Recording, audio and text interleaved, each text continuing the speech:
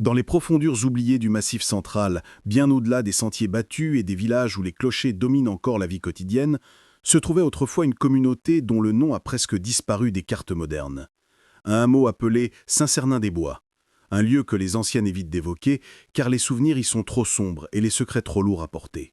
Et c'est précisément là, au cœur d'un paysage fait de forêts épaisses de chênes et de châtaigniers, de vallons brumeux et de rivières capricieuses, que se déroula entre 1830 et 1835 une suite d'événements si effroyables qu'ils firent vaciller les certitudes les plus enracinées sur la nature humaine. Car une femme que l'on considérait jusque-là comme un modèle de vertu et de piété, Marguerite Delmas, perdit ses 3 enfants dans ce que les registres paroissiaux notèrent comme de simples accidents domestiques. Des drames banals de la vie rurale, mais dont les circonstances, si l'on gratte un peu les archives, révèlent des abîmes de violence, de manipulation et de corruption. Et déjà à cette époque, certains murmuraient qu'il ne s'agissait pas de malchance, mais d'une main criminelle qui cherchait à effacer une lignée jugée gênante. Mais pour comprendre comment la tragédie a commencé, il faut imaginer Saint-Cernin tel qu'il était en ces années de restauration, un regroupement d'une quarantaine de familles isolées, vivant au rythme des saisons, des récoltes et des serments dominicaux, où la loi de l'État n'avait que peu de poids et où la justice se rendait davantage sur la place du village ou derrière les volets clos des notables que dans les prétoires lointains. Car la communauté vivait comme en vase clos, soudée par la nécessité, mais rongée de rivalités anciennes. Et dans ce décor austère, la maison des Delmas se trouvait à la lisière du bourg, une bâtisse de pierre grise, coiffée d'un toit de lauze, entourée d'un potager que Marguerite entretenait avec une rigueur et une fierté qui forçaient l'admiration. Car depuis la mort de son mari Jean, emporté 3 ans plus tôt par une pleurésie foudroyante, elle élevait seule ses garçons, Pierre, âgé de 12 ans, solide et réfléchi, Jacques, 9 ans, curieux et discret, et le petit Louis, qui venait tout juste de fêter ses 6 ans et qui ne quittait presque jamais les jupes de sa mère. Et ses enfants représentaient pour elle l'unique raison de lutter contre la rudesse du quotidien, si bien que lorsqu'au printemps de 1832, Pierre fut retrouvé brisé au pied d'un ravin, le corps disloqué comme si une main invisible l'avait poussé, le village entier s'émut d'un accident, mais Marguerite, elle, n'eut pas un instant de doute, car elle savait lire dans les détails que d'autres préféraient ignorer. Et sur les pierres tachées de sang, elle avait vu les empreintes de bottes cloutées, qui n'appartenaient à aucun des siens, et surtout les marques sur les poignets de son fils, qui laissaient deviner une lutte. Et déjà, son esprit s'embrasa d'une conviction glaciale. Quelqu'un avait tué son enfant, mais qui et pourquoi? C'était là le mystère. Et tandis que le curé du village, l'abbé Fournier, prononçait une homélie sur la volonté impénétrable de Dieu et la fragilité de l'existence, Marguerite ne regardait pas le ciel, mais les visages de ses voisins, cherchant dans le moindre tressaillement, dans le moindre sourire figé, la trace d'une culpabilité cachée. Et plus d'un détourna les yeux sous son regard brûlant, car tous savaient, au fond, que derrière les façades de respectabilité se tramaient des intrigues anciennes, liées aux terres, aux héritages et aux secrets de sang. Car Saint-Cernin n'était pas un village comme les autres, il avait été fondé par 3 grandes familles venues du Périgord au début du siècle, les Monclar, les Viguier et les Fournier, qui s'étaient partagé les meilleures terres et les postes de pouvoir, laissant aux nouveaux arrivants des lopins ingrats et une position subalterne. Et Jean Delmas, le mari de Marguerite, avait toujours été considéré comme un gêneur car son père, un notaire itinérant, avait conservé des papiers compromettants prouvant que certaines unions n'étaient pas régulières, que certains héritages avaient été trafiqués et que des enfants n'étaient pas nés de ceux que l'on croyait. Et ces documents, disait-on, étaient passés entre les mains de Marguerite après la mort de son époux, bien qu'elle ne leur eût jamais prêté grande attention. Mais pour les familles dominantes, leur seule existence représentait un danger. Alors, lorsque Pierre mourut, Marguerite comprit qu'il ne s'agissait pas seulement d'un malheur, mais du premier acte d'une campagne destinée à effacer son nom et à détruire ses enfants. Et cette idée germa en elle comme une fièvre qui ne devait plus jamais retomber, car chaque détail du quotidien, chaque visite impromptue d'un voisin, chaque mot du curé ou du maire se transformait en indice, en pièce d'un puzzle macabre dont elle se fit l'enquêtrice acharnée. Et ainsi commença pour elle au chemin de suspicion, de mémoire déterrée et de rage muette, un chemin qui allait transformer une mère endeuillée en justicière implacable, prête à défier la communauté tout entière pour sauver ce qui lui restait.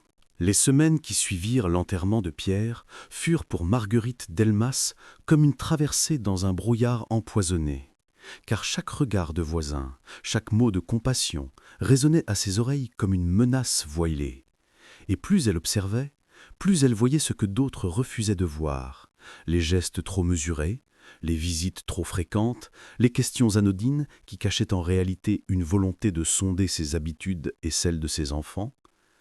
Et tandis que Jacques et Louis continuaient de jouer dans la cour, inconscients du danger qui planait, leur mère devenait une sentinelle inlassable, notant dans son esprit l'heure des passages, les directions prises par les hommes du village, les commérages que rapportaient les femmes au lavoir, et peu à peu, un schéma inquiétant apparut. Les mêmes familles, toujours les mêmes, semblaient graviter autour d'elle avec une insistance trop lourde pour être le fruit du hasard. Les Monclar, puissants propriétaires terriens, les Viguier, dont l'un des fils siégeait au conseil départemental, et bien sûr l'abbé Fournier, dont la douceur de ton masquait mal l'emprise qu'il exerçait sur les âmes. Tous semblaient attendre qu'elle plie, qu'elle cède, qu'elle se résigne à n'être qu'une veuve vulnérable dépendante de leur charité.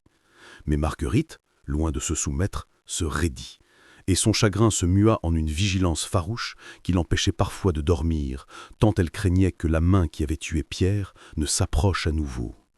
Et cette crainte se confirma au début de l'été quand, un matin de juin, Jacques disparut de son lit, laissant son frère cadet tremblant au fond de la cave, incapable de prononcer autre chose que des bribes de mots confus sur des hommes qui murmuraient près de la maison. Et l'affolement saisit le village, des battues furent organisées, des hommes parcoururent bois et vallons comme s'ils voulaient sincèrement aider. Mais Marguerite vit bien que certains savaient où chercher, trop vite, trop précisément. Et lorsque son fils fut retrouvé, gisant au fond d'un puits abandonné à 2 lieues du hameau, les jambes brisées et le visage en sang, mais encore vivant, elle comprit que ce n'était plus un doute, mais une certitude. On voulait sa lignée éteinte, on voulait effacer les Delmas de la carte. Et cette fois, l'épreuve était là, car les poignets de Jacques portaient des marques de lien, ses vêtements étaient déchirés comme s'il avait été traîné de force, et à ses côtés, on trouva une botte cloutée qui appartenait à nul autre qu'à Étienne Monclar, le fils aîné de la famille la plus puissante du bourg. Mais quand Marguerite brandit l'évidence, les notables firent bloc, étouffant l'affaire, parlant d'un accident, d'une chute malencontreuse. Et l'abbé Fournier lui-même, du haut de sa chair, osa parler de la mystérieuse volonté de Dieu, plutôt que d'injustice humaine.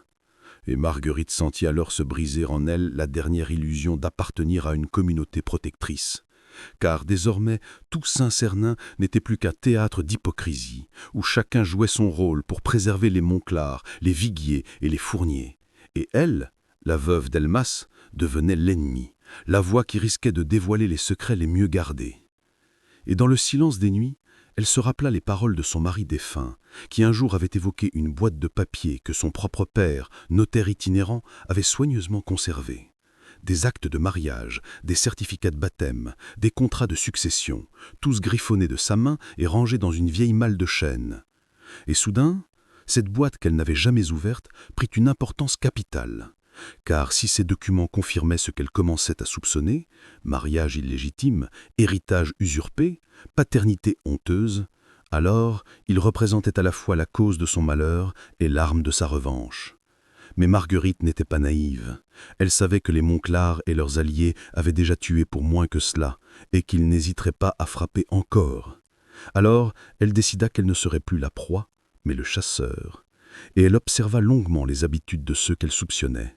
Elle nota les allées et venues d'Étienne Monclar, ses rondes nocturnes autour de son domaine, ses visites aux fermes voisines. Et lorsqu'un soir humide de juillet, elle le surprit seul, revenant de ses pâturages, elle comprit que l'occasion était venue, car elle n'avait plus rien à perdre et tout à venger. Et cette nuit-là, armée du fusil de son mari qu'elle avait gardé dans l'armoire, elle se posta dans l'ombre d'un chemin creux. Et quand elle le vit s'approcher, lourd et sûr de lui, elle surgit comme une apparition, pointant l'arme sur sa poitrine. Et dans la confrontation glaciale qui suivit, elle ne vit pas de panique, mais un sourire mauvais qui confirma tout. Car, au lieu de nier, Étienne lâcha des mots qui résonnent encore dans les chroniques. « Certains sangs ne doivent pas se perpétuer. Votre mari le savait, votre enfant l'a appris trop tôt. » Et ces phrases suffirent à transformer la douleur de Marguerite en une décision irrévocable.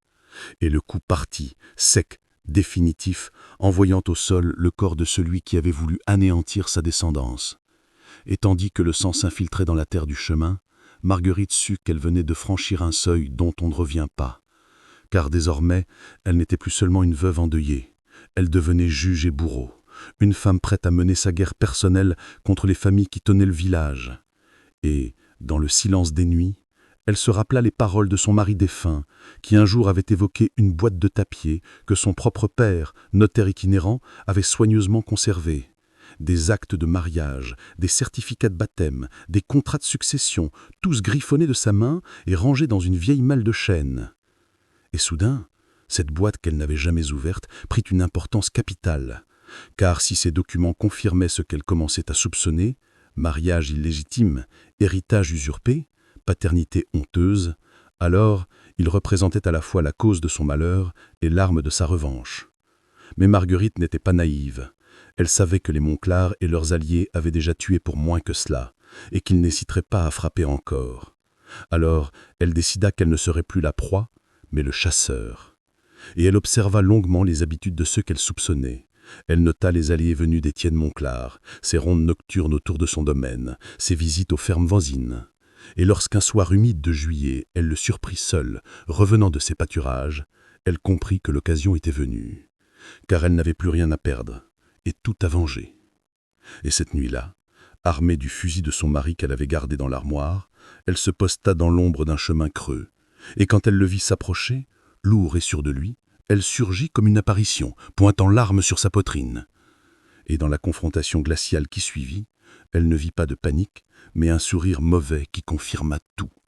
Car, au lieu de nier, Étienne lâcha des mots qui résonnent encore dans les chroniques. « Certains sangs ne doivent pas se perpétuer. Votre mari le savait. Votre enfant l'a appris trop tôt. » Et ces phrases suffirent à transformer la douleur de Marguerite en une décision irrévocable. Et le coup partit, sec, définitif, envoyant au sol le corps de celui qui avait voulu anéantir sa descendance. Lorsque le corps d'Étienne Monclar fut découvert à l'aube, gisant dans un fossé, la gorge traversée par la balle que Marguerite avait tirée, le village entier s'enveloppa d'un silence pesant, un silence plus lourd encore que celui du deuil, car chacun comprit aussitôt qu'il ne s'agissait pas d'un banal accident de chasse, mais d'un acte volontaire. Et si officiellement l'on parla d'une chute de cheval ou d'une embuscade de bandits, nul ne doutait qu'une main du hameau avait frappé, et dans les regards échangés au marché ou à la messe, un mot revenait en chuchotements étouffés. Delmas. Car qui d'autre que cette veuve accablée mais insoumise aurait eu l'audace de lever l'arme contre un Monclar? Et pourtant, nul n'osa l'accuser directement, car Marguerite avait toujours cette stature austère, cette flamme dans les yeux qui imposait à la fois respect et crainte. Mais plus encore, chacun pressentait que derrière sa colère se cachaient des vérités capables de déchirer le voile des apparences. Et alors commença pour elle une étrange période, faite d'isolement et de préparation. Car tandis que les familles dominantes tentaient de resserrer leurs rangs, elle se plongea dans la malle de papier léguée par son mari qu'elle avait jusque-là négligée, et ce qu'elle y découvrit dépassait ses soupçons les plus sombres. Des registres précis tenus par son beau-père notaire, où figuraient des mariages contractés sans bénédiction canonique, des enfants nés hors union reconnue, des terres parachées à leurs propriétaires par des signatures forcées, et même des correspondances où l'on évoquait des accidents mortels survenus à des familles gênantes, qui ressemblaient étrangement à des assassinats déguisés. Et soudain, toutes les pièces du puzzle se rejoignirent dans son esprit. La mort de Pierre, la tentative contre Jacques, l'acharnement des Monclar, tout n'était que la suite d'une stratégie ancienne pour effacer les lignées qui menaçaient l'autorité des trois clans fondateurs. Et dans cette lumière crue, le visage de l'abbé Fournier lui revint sans cesse, car lui aussi apparaissait dans les lettres, non pas comme un guide spirituel, mais comme un intermédiaire, celui qui validait les mariages douteux et garantissait le silence en échange de faveurs et de terres. Et plus elle relisait ces documents, plus elle comprenait que le curé n'était pas un simple complice, mais l'un des architectes du complot, celui qui liait les familles par la peur du scandale religieux. Et cette révélation fit naître en elle une rage froide. Car si Étienne Monclar représentait la brutalité de ses ennemis, Fournier incarnait leur hypocrisie, et c'était lui, désormais, qui devait tomber. Mais Marguerite savait que le frapper n'était pas chose aisée, car le prêtre bénéficiait d'une aura sacrée, d'un respect qui traversait les générations, et l'attaquer de front risquait de retourner tout le village contre elle. Alors elle se fit patiente, calculatrice, observant ses allées et venues, ses visites tardives chez les viguiers, ses entretiens secrets derrière le presbytère. Et un soir d'août, alors que l'air était lourd et que l'orage menaçait, elle osa l'affronter, non pas en pleine rue, mais dans la sacristie, profitant de l'obscurité et du vacarme des cloches qui couvraient leur voie. Et là, face à l'homme de Dieu, Elle sortit un des documents compromettants, un acte de mariage falsifié signé de sa main, et elle le posa sur l'autel, le défiant de nier. Et ce qu'elle vit alors glaça son sang. Car l'abbé, loin de trembler, esquissa un sourire froid et dit calmement « Enfin, vous comprenez, Marguerite, oui, nous avons fait ce qu'il fallait pour préserver l'ordre, car certains enfants ne devaient pas naître, certaines vérités ne devaient pas se dire, et vos fils, eux aussi, devaient disparaître. » Et ces paroles, prononcées dans le lieu même censé abriter la vérité et la foi, eurent sur elle l'effet d'un coup de tonnerre. Mais elle sut contenir sa rage, car la tuerie de Fournier ne pouvait être improvisée. Elle devait servir de preuve, de signal pour que tout le village voie que la justice qu'on lui refusait allait s'abattre. Et dans ces jours fiévreux, seule une pensée la hantait, protéger Jacques et Louis, car elle savait que tant que les familles complotantes restaient debout, ses 2 derniers fils étaient condamnés. Et c'est cette urgence qui fit de Marguerite non plus seulement une mère vengeresse, mais une stratège redoutable, prête à embraser Saint-Cernin-des-Bois tout entier si cela permettait de sauver sa lignée et d'anéantir l'emprise des Monclar, des Viguier et des Fournier. Après la confrontation dans la sacristie, Marguerite Delmas ne fut plus jamais la même. Car elle avait désormais non seulement la certitude que l'abbé Fournier était impliqué, mais aussi la preuve tangible de ses falsifications, et cette connaissance l'élevait au-dessus de la peur. Elle qui jusque-là avait subi les coups du sort, devenait celle qui préparait la riposte. Mais ce pouvoir nouveau s'accompagnait d'un danger immense, car dans le village, les langues commençaient à se délier à voix basse. On murmurait que la veuve Delmas avait perdu la raison, qu'elle était prête à accuser les plus saints des hommes, et certains disaient même qu'elle avait pactisé avec les forces obscures, reprenant les vieux contes de sorcières qui hantaient encore les campagnes du Massif central. Et dans ce climat empoisonné, Marguerite comprit qu'elle devait frapper vite, avant que ses ennemis n'utilisent contre elle les armes de la rumeur et de la superstition. Et l'occasion se présenta lors de la grande fête paroissiale de septembre, lorsque tout Saint-Cernin se réunit autour du presbytère pour la bénédiction des récoltes. Car ce jour-là, Fournier devait lire publiquement le registre des unions et des baptêmes de l'année, un rituel où le curé rappelait la continuité de la communauté et la pureté de ses lignées. Et Marguerite, qui avait passé des nuits entières à examiner les papiers de son beau-père notaire, savait que parmi ces registres se cachaient des mensonges flagrants, des unions maquillées pour dissimuler des adultères, des filiations inversées pour protéger des héritiers illégitimes, et elle décida que ce serait le moment de l'exposer, devant tous, au milieu des chants et des prières. Et ainsi le jour venu, vêtue de noir, tenant Jacques par la main et Louis blotti contre elle, elle se plaça en face de l'autel, attendant que Fournier prononce les mots qui scelleraient sa perte. Et, quand le prêtre commença sa lecture d'une voix assurée, Marguerite sortit de son corsage un acte original qu'elle avait soigneusement conservé, le comparant à haute voix au registre officiel qu'il tenait. Et la contradiction éclata, comme une gifle dans le silence de l'assemblée. Une femme mariée sous le nom de Viguier apparaissait dans les archives du notaire comme déjà promise à un autre homme, preuve que le mariage proclamé par Fournier n'avait aucune validité. Et à ce moment, des murmures s'élevèrent, des visages pâlirent, certains se détournèrent, car chacun comprenait que le voile venait de se déchirer. Mais Fournier, loin de céder, redressa la tête et déclara d'une voix tonnerrante que Marguerite mentait, qu'elle était possédée par le démon, et il osa même la désigner comme une sorcière devant toute la communauté. Et cette accusation, lourde de siècles de peur ancestrale, faillit retourner la foule contre elle. Mais Marguerite, enflammée par la douleur et la colère, brandit alors une liasse entière de documents, lisant des noms, des dates, des terres volées, des enfants arrachés. Et plus elle parlait, plus la baie s'agitait, ses traits se crispant sous la pression de la vérité. Et soudain, un éclair fendit le ciel, suivi d'un tonnerre qui fit trembler les murs de l'église, comme si la nature elle-même confirmait ses paroles. Et dans ce tumulte, Marguerite lança d'une voix claire « Vous avez tué mon fils Pierre, vous avez brisé Jacques, et vous convoitez le sang de Louis, mais c'est vous, Fournier, et vos alliés Monclar et Viguier, qui portez le poids des crimes. » Et ce cri résonna dans la nef comme un jugement dernier. Mais à peine avait-elle fini que 2 hommes se jetèrent sur elle, des fermiers aux ordres des Monclar, cherchant à lui arracher les papiers. Et ce fut Jacques, malgré sa jambe encore faible, qui eut le courage de se placer devant sa mère, criant que tout était vrai, que lui-même avait vu leur visage la nuit de son enlèvement. Et cette parole d'enfant eut un effet que Marguerite n'aurait jamais espéré. Une partie de la foule, prise de doute, recula, certains commençant à murmurer que trop d'accidents s'étaient abattus sur les Delmas pour que ce soit le hasard. Et dans ce moment de flottement, Marguerite réussit à s'extraire avec ses fils, emportant les papiers dans un sac de toile.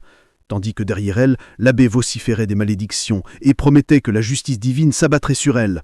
Mais en réalité, c'était sa propre autorité qui venait de vaciller, car pour la première fois, publiquement, le doute avait pénétré des esprits. Et dans les jours qui suivirent, des familles commencèrent à poser des questions, à se rappeler des morts anciennes, des héritages étranges, des disparitions inexpliquées. Et Marguerite comprit que le temps pressait, que ses ennemis chercheraient à la réduire au silence par la force avant que ses murmures ne deviennent une révolte. Et c'est alors qu'elle élabora le plan le plus audacieux de sa vie.